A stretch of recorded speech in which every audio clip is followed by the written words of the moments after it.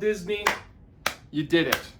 Congratulations. You teased the Muppets throughout the entire presentation. Muppets sprinkled throughout everything, and you didn't even announce Muppet Vision 3D 2, Waldo's Revenge. Congratulations.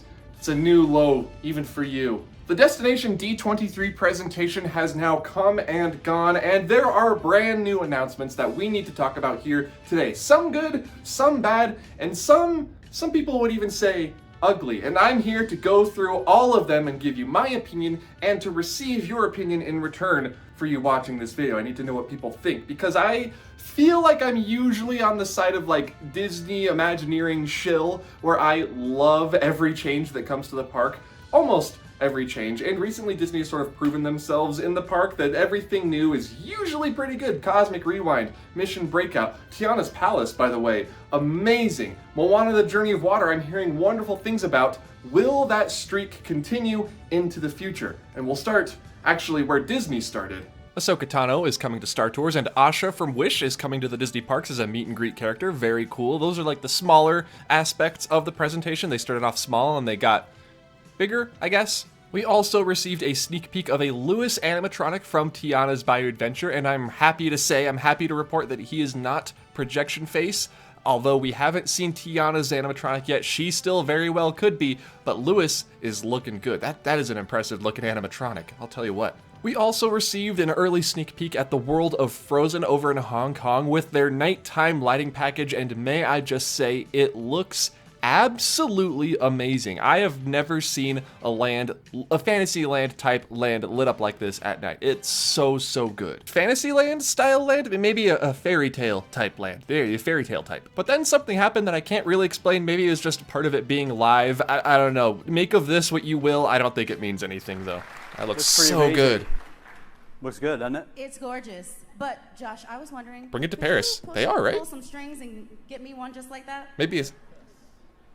Yeah, maybe I could do that. Maybe I'll think about that.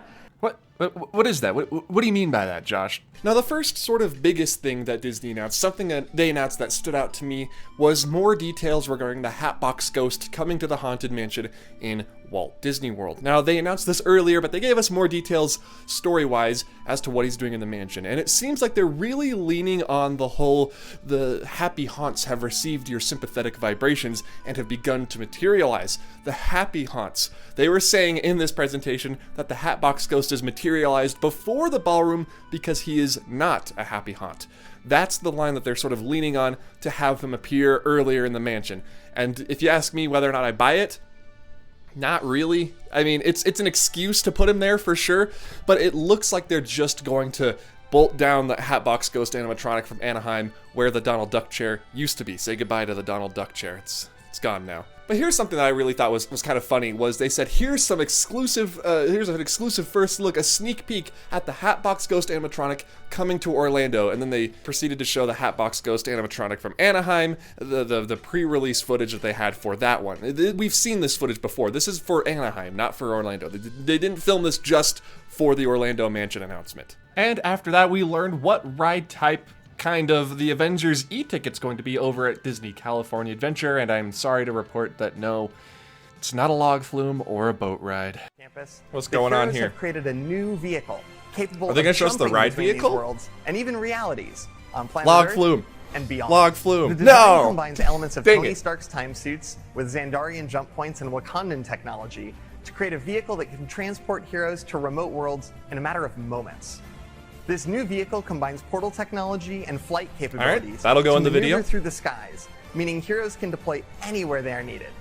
And with a new generation Finally of something. recruits like us to aid these superheroes, the multiverse will be safer than ever before. So I'm assuming simulator type attraction. So I feel like I should clarify. When I said simulator type in that live stream, it was early in the morning. I was drinking my coffee, having a wonderful time. I did not mean similar to, say, Star Tours, Body Wars, nothing like that. I meant something more in line with the Amazing Adventures of Spider-Man over at Universal. You know, sort of a mix between a screen-based attraction and a physical dark ride. I think that the Avengers e-ticket is going to be very much in line with that. And honestly, I wasn't convinced they were going to announce anything regarding Disneyland or California Adventure at all. So getting a ride vehicle reveal for Avengers is pretty good. It's better than what I thought we were going to get, so thank you, Disney. Newly rehired Imagineer Bruce Vaughn was brought out on stage to talk about a couple of things, and they first did something that I was not expecting, and they acknowledged the What's Beyond Big Thunder Mountain Magic Kingdom expansion that it was announced previously last year at D23 Expo, and I'm interested to say a little bit now. I'll let Bruce Vaughn explain. And I had heard we had big ideas for this park, but I'm going to tell you all, I was blown away by the scope of what we're planning. I mean, this is similar in scale to things like Star Wars, Galaxy's Edge, or Pandora, the World of Avatar. I actually think this could be the biggest thing we've done in the Magic Kingdom, probably even bigger than New Fantasyland. Ooh. And it should be, right? I mean, we're talking about Magic Kingdom here. This is That's a ballsy thing to say, Bruce. Theme park in the world. It's Don't let me down, way Bruce. For decades. Yep. And to Magic Kingdom. I think it deserves the very best, and I know there are places in the park where we can bring some big new stories to life that our guests will absolutely love. Yes, well, Star Wars Galactic Star Cruiser 2. Beyond Big Thunder Mountain, which is we're doing another true. one. I mean, there's a lot of room to play with around there. And we're looking at the possibility of adding new attractions, restaurants, shows. You dream it, we're thinking about it. And like I said, the ideas are looking really great. Now, I know everybody wants to hear a little bit more. There's still a long way to go, but I just want all of our fans to know that we are about to go into overdrive at the Magic Kingdom. Yep. And I am looking forward to spending more time with your team as we keep refining these ideas to create something really special that every single person in here is going to love. Yeah, for sure. Okay, so the Beyond Big Thunder Mountain expansion was sort of a point of contention last year. Everyone was just sort of saying they were throwing this out in the open just to get something, a big announcement out of the way before Epic Universe opens in 2025. And I do think that's what that was. I think that was very, very early on into development. But now, Josh tomorrow says they're going to go into overdrive. We still didn't get any concept art, I have to say. I think we're in pre-visualization right now. They're just sort of imagining what could go where, spacing things out, and trying not to get too ahead of themselves before they start putting pen to paper and drawing these things out and making plans for this land. They're just sort of in the idea pitching stage still from last year, and I think probably at D23 next year, we're going to start seeing concept art and attraction, ideas and restaurants, that sort of thing. We'll see more concrete objects next year rather than this year. They just sort of told us that, yes, Beyond Big Thunder Mountain is happening, okay? And that's the biggest thing. But it's not happening the way that we thought. Because right after covering Beyond Big Thunder Mountain, they started talking about Animal Kingdom, more specifically the changes coming to Dinoland that we were all sort of expecting for this sort of panel, and it wasn't exactly what we thought it was going to be. Where we were shown last year a Moana expansion with a log flume and a re-theme of Triceratops Spin, that sort of thing, is now sort of themed to tropical America, South America. And you know what South America means? Of course, Encanto. Which means that Encanto for Behind Big Thunder Mountain is canceled. There's no Encanto Behind Big Thunder Mountain now. It's going in Animal Kingdom. But it's not, I think it's very, very important to say here before everyone gets really mad. I had to go to the face cam for this one. This is not Encanto Land at Animal Kingdom. This is South and Tropical America featuring an Encanto attraction. It is not Encanto Land. And what makes me say that is you look at this piece of concept art right here, you can see how it sort of lines up with the Google Maps currently that we have of Dino Land. But more interestingly, a replacement for Dinosaur that is not, I repeat, is not Zootopia, but instead a new, and I would imagine, upgraded version of the Indiana Jones adventure from Disneyland. Maybe you can see it. Well, I know every time that we've met with the team, the concepts, they just keep getting better and better. Well, So what's... Are they doing it? Are they doing it? Are they putting Indiana Jones in instead? Sorry, instead of Dinosaur? It's supposed to be a secret, Josh. You just want to do the whole show? No way! It happened again. It's too easy. I didn't think they'd do it. This is how we're going to start too pitching easy. ideas to Yeah, I guess so. Name that tune. They're bringing Indiana honestly, Jones Josh, as you know, Adventure we to are Animal Kingdom. whipping up some new ideas for this area. All right. Okay. Well, I know we're having some fun up here with all of you, but this is really important work for us and obviously for all of you because we are building Indiana on Jones. what makes Animal Kingdom so special. Yeah, it is a special park. In fact, this is where we celebrate the value of our natural Very world cool. and our Dinosaur connection to rethemed to animals, Indy. and then go out and seek amazing adventures. Yep. And, Amazing and adventures. So I know we're searching for ways to extend the overall story of Animal Kingdom. Encanto and Indiana Jones are two of the most popular stories. Not sure Indiana Jones fits with animals. It doesn't feel like a natural fit for this park. It does. No, you know, but it all I like starts Indiana with the foundation Jones. of the tropical Americas region. No, like I said, does Indiana Jones fit with this park? Not really, unless they work it somehow into the story of conservation, or I guess adventure is what they were leaning on. But I mean, I feel like this is the better of the two outcomes. Obviously, keeping Dinosaur a brand new, refreshed dinosaur would be my preferred outcome, but Indiana Jones just makes so much sense. It's so well loved in Disneyland, both in terms of guests' perception of the ride and just how many things are broken on it. And looking at this art here, you can see that yes, Dinosaur will be replaced by Indiana Jones, but the temple exterior I think is really, really neat. I really love the idea of a South America themed land at Animal Kingdom. I think that's been a long time coming. I just need to see how they're going to work Indiana Jones and Encanto into this land. I know Indiana Jones is just gonna be an upgraded version of the Disneyland one. It really depends on what the pre-show has to offer compared to Disneyland's to tie that into the story of Animal Kingdom. I am firmly in the wait and see camp for this one, but I'm excited. Also, this is absolutely just a re-themed and moved Triceratops spin, right? That's 100% what this is. I'm not alone in thinking that. It fits better than Zootopia, and speaking of which, that's replacing It's Tough to Be a Bug. And I am always in favor of a new 4D show. I love 4D shows, and I want to see them do it in the modern era. You know, not in the early to mid 2000s, but now in the 2020s. What does a 4D show look like? And then I one of my predictions I made in my prediction video came true. Kind of. Can we go ahead and flash back to that real quick? About it. But something will be receiving an update, a re-theme, to tie in with the brand new e-ticket attraction, Tiana's Bayou Adventure. I think that corner of Frontierland, Pecos Bill, not the Country Bears, don't worry, they're safe. Which is why I'm thrilled to tell you that next year they're going to be learning some new songs and performing a whole new act. Country Bear Jamboree re-theme?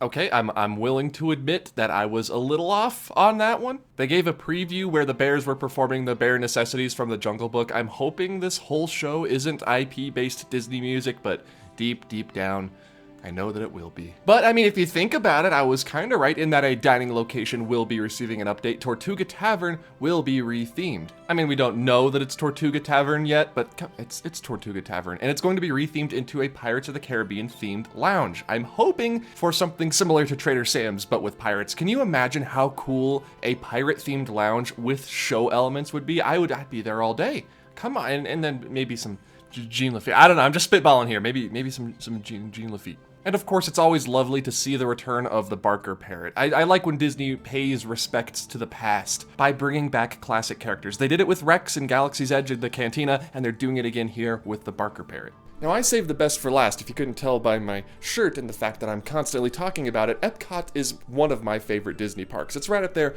with Disneyland. They're very close in my eyes, and we got a lot of Epcot announcements. The walls in World Celebration are finally going to come down in December of this year. No specific date was announced, but the World Celebration opens in December, and Moana, the Journey of Water, which leads up to the land, and then eventually the land, it leads, of course, to Living with the Land, will open in a little over a month in October 16th. I should say on October 16th. That would make more sense, right? And we got more details regarding the new nighttime spectacular Luminous, and it seems like it's going to be just Harmonious without the barges, and that's good enough for me. Like I said, I was one of the few people who liked Harmonious. But the biggest announcement, the one that I saved till last, the one that was most affecting to me, the one that I'm the most excited for, is a brand new theme coming to Test Track in World Discovery. I don't know what it is, I don't know why I do, but for some reason I am one of the only few hardcore Disney fans out there who genuinely likes Test Track 2.0. I don't know, it might be the music, because the music really is that good, or just the fact that it's a nice Epcot sort of centric thrill ride. I love a good Epcot thrill ride, shout out to Cosmic Rewind. But I also acknowledge that for a lot of people it's inferior to the original 1.0 version. I wasn't a huge fan of 1.0, I know the whole crash test dummy thing was popular, but I do like the more sleek futuristic style. Some would say a local laser tag arena version of Test Track. But don't worry, they've heard our complaints, and they are also throwing a bone to old school Epcot enthusiasts because Test Track is receiving an update directly inspired by the original inhabitant of that building, World of Motion, okay? And I could not be more excited for this update. Now, right away after thinking about this announcement, I was wondering, why are they not moving ahead on Spaceship Earth, but Test Track over in Discovery is getting a brand new theme? And that's because, one, okay, they want all of World Celebration to be open up at once. They want it to all be operating and open because it's been closed in one way or another for so long. And two, the bigger one, I think, Spaceship Earth does not have a sponsor. Test Track does, Chevrolet, and when an attraction has a sponsor, the sponsor is usually willing to put up some or most of the money needed for upkeep and, of course, rethemes. So yes, while Disney is paying for some of this update, they're not paying for all of it, which is why Test Track will now be World of Test Track Motion and Spaceship Earth will remain what it currently is for the foreseeable future. We only got this piece of concept art, which is the scene at the beginning of the attraction with all the turns, you know, turn right to go left sort of thing, and it definitely has a more outdoorsy feel, and I'm really curious as to what the rest of the attraction is going to look like and how much of the inspiration they will be taking from World of Motion, because I never got to go on that ride. I mean, for crying out loud, they're even repainting the Test Track cars to match the original World of Motion ride vehicles. I cannot understate how excited I am for this. And saying that this ride pays homage to and is directly inspired from it, come on, do it.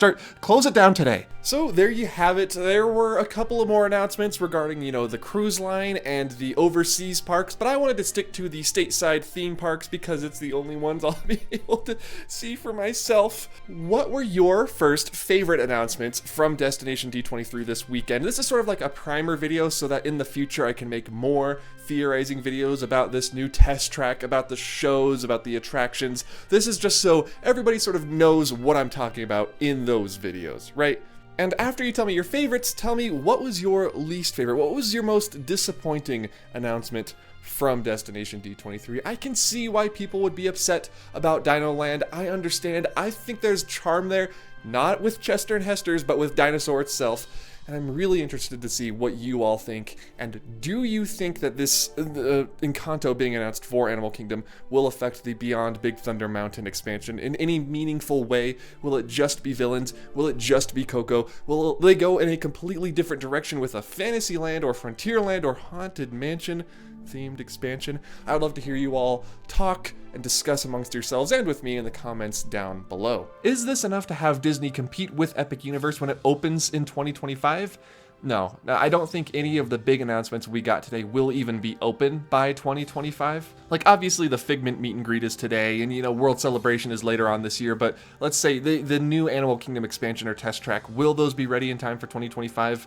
I don't think so. But this has definitely sort of assuaged a lot of my worries that were brought up by D23 last year. We're still not back to where we need to be. We're still not 100% Disney is gonna be great, but this is better than where we were before this weekend. But like I said, I would love to hear your thoughts in the comments down below. And did you know we're actually in the end card right now? Everybody, thank you so much for watching. I hope you enjoyed this whole week-long sort of D23 extravaganza that we did. And I hope to see some of you all, you know, in person next year at D23 Expo. Or I guess they just renamed it to just D23. It's just gonna be called D23 now.